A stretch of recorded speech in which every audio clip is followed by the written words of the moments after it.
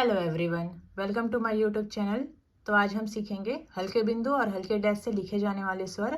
और कल हम सीखे हैं मोटे बिंदु और मोटे डैश से लिखे जाने वाले स्वर।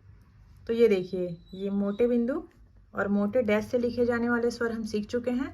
और आज सीखेंगे हल्के बिंदु और हल्के डैश से लिखे जाने वाले स्वर। तो फ़र्क सिर्फ इतना है कि इसमें हाथ में दबाव दे के लिखना है और ये हल्के बिंदु और हल्के डैश को हल्के हाथ से लिखना है। तो इन 6 स्वरों का प्रयोग पहले जैसे ही होता है और इनका स्थान भी बिल्कुल एक जैसे है। ये प्रथम स्थान, ये द्वितीय स्थान और ये तृतीय स्थान।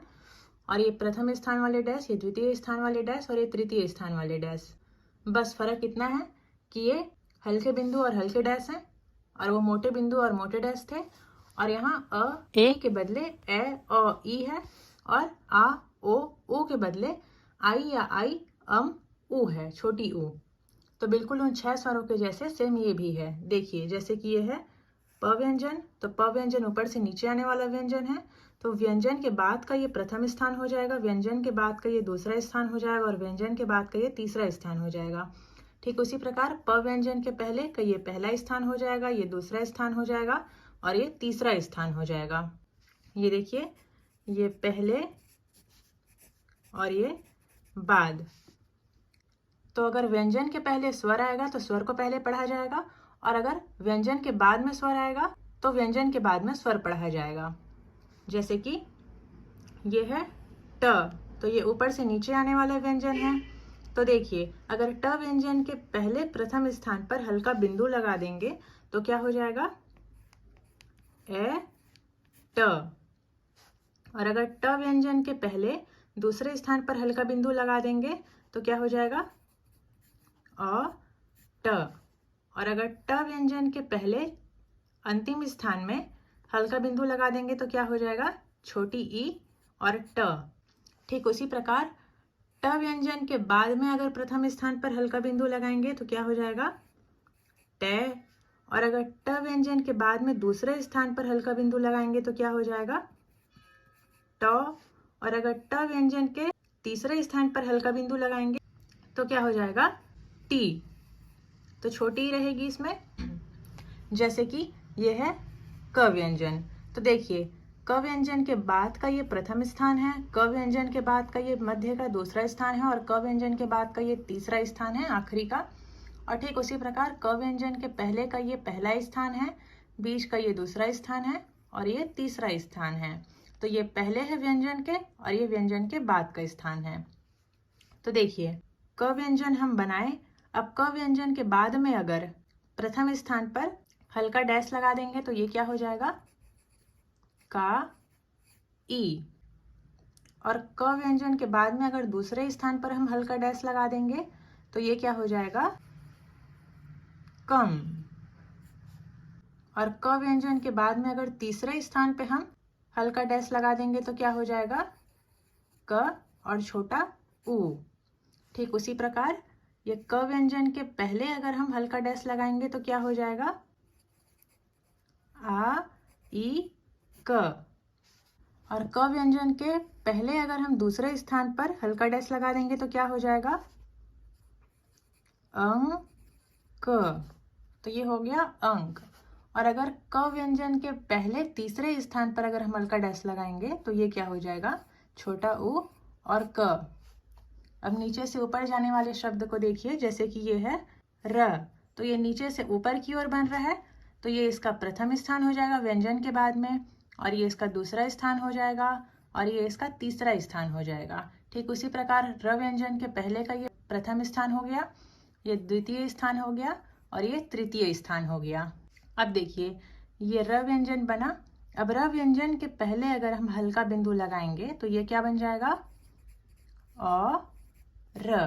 तो ये हो गया और र व्यंजन के बाद में अगर हम प्रथम स्थान पर हल्का डैश लगाएंगे तो ये क्या हो जाएगा? राई। तो ये हो गया राई। और म व्यंजन में देखते हैं, ये हो गया म। तो म व्यंजन के प्रथम स्थान पर अगर हम हल्का डैश लगाएंगे तो ये क्या हो जाएगा? माई। मान लीजिए ये दायां त है अब त व्यंजन के पहले अगर हम द्वितीय स्थान पर हल्का डैश लगाएंगे तो ये क्या हो जाएगा, अंत। और मान लीजिए हमें अंडा लिखना है, तो ये देखिए पहले हम ड व्यंजन बनाएंगे। अब ड व्यंजन के पहले द्वितीय स्थान पर हल्का डैश लिखेंगे तो ये हो गया अंड। अब इसमें प्रथम स्थान पर मात्रा देंगे गाढ़ा डैश, तो ये हो जाएगा अंडा। मान लीजिए हमें अंधेरा लिखना है, तो ये देखिए दायां ध बनाएंगे और र बनाएंगे। उसके बाद में ध के पहले द्वितीय स्थान पर हल्का डैश लगाएंगे तो ये हो गया अंध। और ये र, तो र में मोटा डैश कर देंगे तो ये हो जाएगा अंधेरा।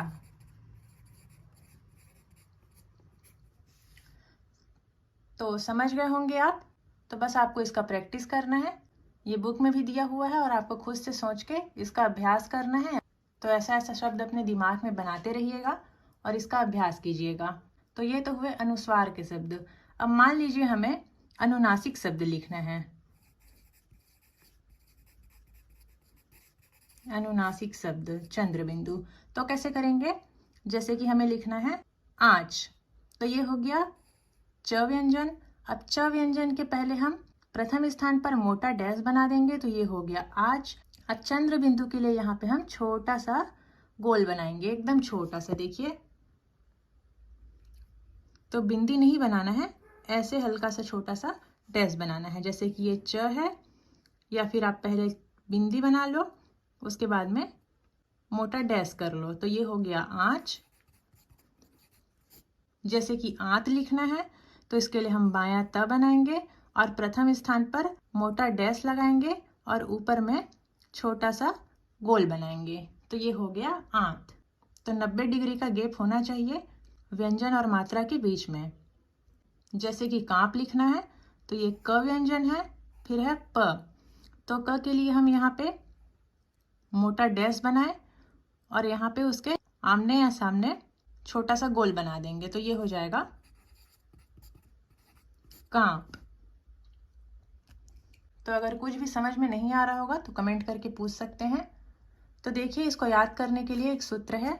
जैसे कि पुराने 6 स्वरों में अरे ई माँ चोर कूद गया था, ठीक उसी प्रकार इसमें ए औरत इस साइट अंचल और उलट। तो ये देखिए ए औरत इस, तो ये प्रथम स्थान का हल्का बिंदु, ए द्वितीय स्थान का हल्का बिंदु, और छोटी ई के लिए तीसरे स्थान पे हल्का बिंदु, तो ये हो गया ए औरत इस। और साई ये, तो इसके लिए आई का प्रथम हल्का डैश, अंचल के लिए दूसरे स्थान का हल्का डैश, अन के लिए, और छोटी ऊ के लिए तीसरे स्थान पर हल्का डैश। तो ये 1 2 3 हल्के बिंदु हैं और 1 2 3 हल्के डैश हैं। तो बाद में आपको ये चंद्र बिंदु वगैरह लगाने का या मात्रा लगाने का जरूरत नहीं पड़ेगा। आगे स्वरलोप है जिसमें लाइन के ऊपर, लाइन पर और लाइन काट के, तो ये 3 चीज सीखेंगे। तो अभी आपको ये पता रहना चाहिए कि मात्रा कहाँ पे लगता है, क्या होता है। तो उसके लिए आप इसको याद कर लीजिएगा और कोई भी कंफ्यूजन हो तो कमेंट करके पूछ सकते हैं। तो आज के लिए इतना ही। अब कल हम सीखेंगे अभ्यास 6। तो वीडियो पसंद आया होगा तो लाइक कीजिएगा, सब्सक्राइब कीजिएगा और शेयर कीजिएगा। Thanks for watching.